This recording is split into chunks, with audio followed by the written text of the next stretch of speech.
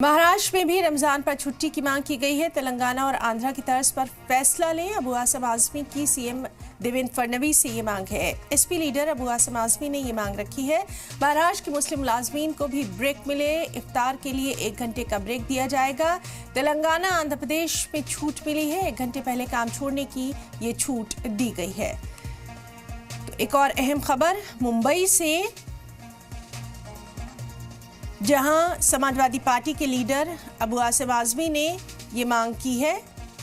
उन्होंने कहा है कि महाराष्ट्र में भी रमजान की छुट्टी की मांग की है। तेलंगाना और आंध्र प्रदेश की तर्ज पर उन्होंने इस छुट्टी की मांग की है। उन्होंने साफ तौर पर कहा कि महाराष्ट्र के मुस्लिम मुलाजमीन को भी ब्रेक मिले, इफ्तार के लिए 1 घंटे का ब्रेक दिया जाए। तेलंगाना आंध्र प्रदेश में ये छूट मिली है, 1 घंटे पहले काम छोड़ने की छूट दी गई है। तो अब समाजवादी पार्टी के लीडर महाराष्ट्र में इसी तरह की छुट्टी की मांग कर रहे हैं कि महाराष्ट्र के मुस्लिम मुलाजमीन को भी ये ब्रेक दिया जाए।